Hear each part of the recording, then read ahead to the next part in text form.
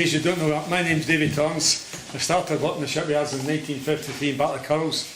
I was working in the shipyards till I was 65, except for 2 years in the army. So I've been in every shipyard in the army as well, so there you go. But to start a kind of wee one, just would join myself. We need the kind of intellect and the industrial, so I'm going to come for the shop floor. A draftsman for the shop floor, maybe no kidding you on, okay, but I don't mind. The people know the shipyards. But John's seen a lot of things there that hindsight has given him. He's got access to things. I'm going to come for where we were. I mean, we didn't know 90% of what he's telling us in it. I mean, we're shop stewards in a shipyard, and suddenly the boss is telling you you're shutting down. But I'll go back a wee bit because I think it's awful important if you want to learn. I mean, I'm not going to teach you. Anybody who's struggle is going to find their own way of doing it. But I'll tell you how we did it, and maybe out of that you'll pick up what's going on and actually beat these guys, because we didn't win the war, but won a smashing battle, yeah. So the reality of that UCS is it was a victory, so we're quite clear, because they were trying to shut us down. Maybe they were going to give us 2,500 jobs. That was their first offer. But if they'd taken that, we'd have been wiped out in a matter of time. So the working started on the 30th of July 1971 and ended on 9th October 1972. 15 months. See if you're going into dispute. After 3 weeks, you're no in it, you're beat, understand me, normally. So that's the difference. We started with 8,400 workers and finished with 6,800 workers. So everybody knows the facts of the situation. But nobody got paid off, who did? Made redundant. Everybody went, took their money and went, the rest stayed in. Very important point. 2,000 firms were owed money. So that was the kind of basis of the thing. And I go back in history because you've got to learn from history. If you don't know the context of something happened, you'll not understand, because you've got to understand the context of what's happening now. And John explained it. In 1964, a Labour government was elected, unemployment rising. And the unions then, the Confederation of Shipbuilding Engineering Unions, asked for the public ownership, engineering and shipbuilding. And it was rejected by Harold Wilson. I mean, just think that isn't happening today. No, that's how far we've moved. Then in '66, the shipyards in the Clyde started shutting down. Harland, Wolves, Denny's, Simon Lovelace, Blacksmith, Boehm, Hamilton's, and nobody fought. There was no fight. So you've got to look what's going on. Then in 1966, George Brown set up the Fairfield experiment. And the Fairfields, obviously, the Joint Shop Stewards Committee. Now, I think this is the key. It was back in the war again, productivity committees to make more efficient, but these shop stewards committees contained boilermakers, engineers, draftsmen, unskilled, and clerical workers, and foremen. So we now had joint committees sitting to work out how we actually build a boat, and everybody with an equal say, believe it or not. Now, that doesn't even happen anywhere in New, I would argue. So that gave us a start. We're all starting to work together as a workforce, and the Fairfield experiment started to work. It actually started to, if you like, build ships in a better way. There was a lookout of shipbuilding draftsmen for 6 weeks throughout the United Kingdom. And that was only one because the manual workers came out and strike and supported. So suddenly there's a wee bit more unity starting to come in. The white collar and the blue collar are coming together. Then they started the Geddes report, and they were putting all the ships, all the shipyards and every estuary into a group. I think it's awful important to look at what they did, because people forget this, I think. They put Stevens, Fairfields, Charlie Connells, John Browns and Yarras into the one group. But they didn't put Battle of Curl shipyard, which was owned by Swan Hunters, which had just been modernised. It was the most modern shipyard in the Clyde. I remember a guy, we called him Doc Watson, this naval architect, called a meeting in the place, says, this is what we're going to do, and he asked a question, but what happened to Bartley's? They're going to put Charlie Connell's scrapyard into the thing, and the most modern yard in the Clyde is the inn. Swan Hunters took it out because they were concentrating in Newcastle. So the thing was almost designed to fail before it started because they hadn't. So we're stuck with the old yards and the newest one isn't the inn. And it was John saying they never gave them enough money to set the thing up. So I was actually working, the Upper Clyde shipbuilders, we actually started making profits, being effective and doing the thing.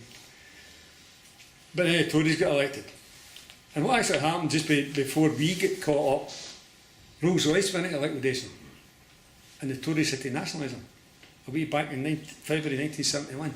So that's the thing, so they had to nationalise that. But what I'm saying, in the shop, in the Upper Clyde shipbuilders, we'd started getting a bit of confidence, I think. The fact we're all starting to work together with the Fairfield experiment, when people are listening to you saying that's the right way of doing it, we'll do it this way.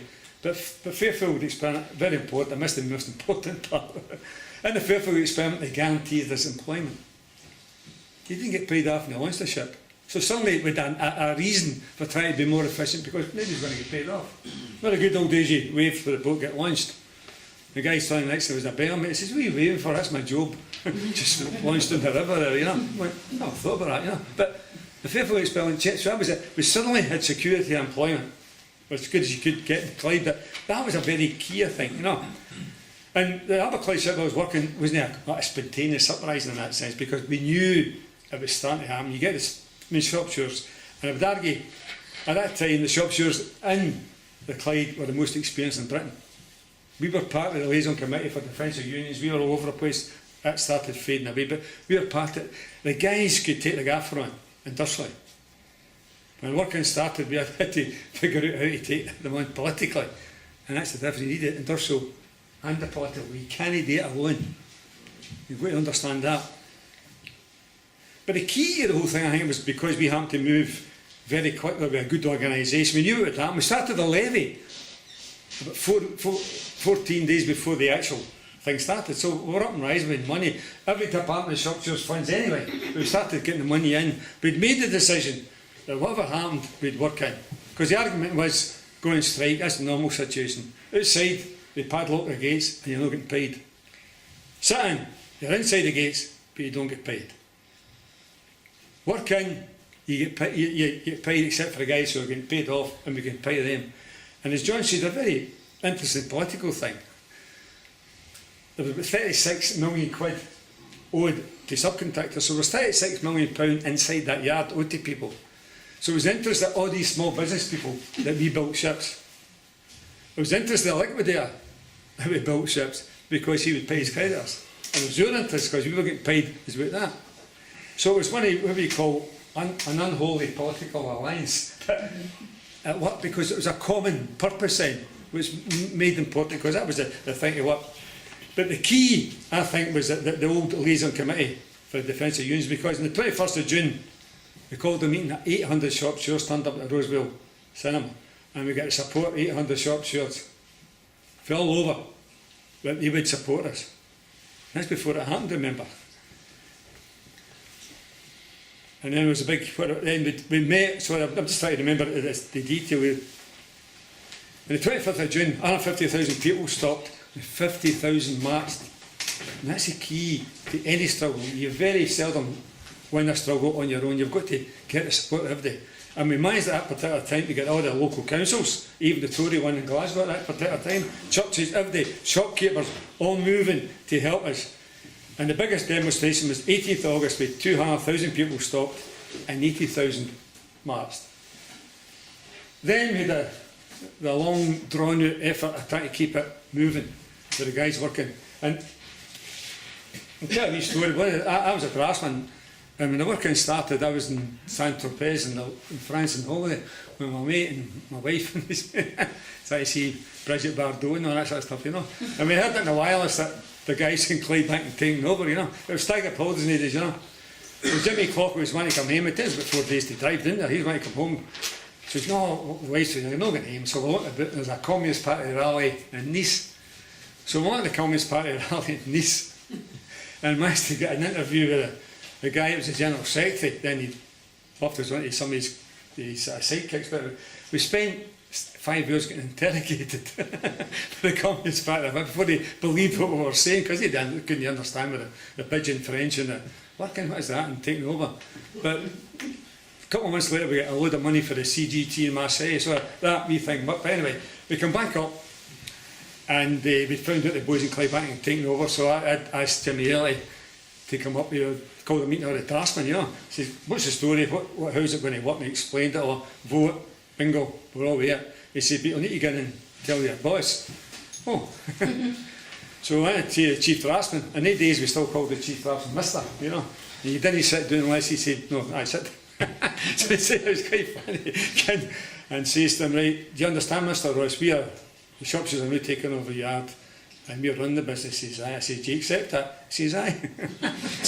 Wait a minute, aye. Something wrong here. Need to move. He says, aye, no problems at all. He says, you understand the rules, but I says, if the shop stewards make a decision, which is contrary to your decision, then the shop steward's condition prevails. I accept that, he says. He says, the liquidator's told me to pay 30 transferring off. So see, you're in charge now.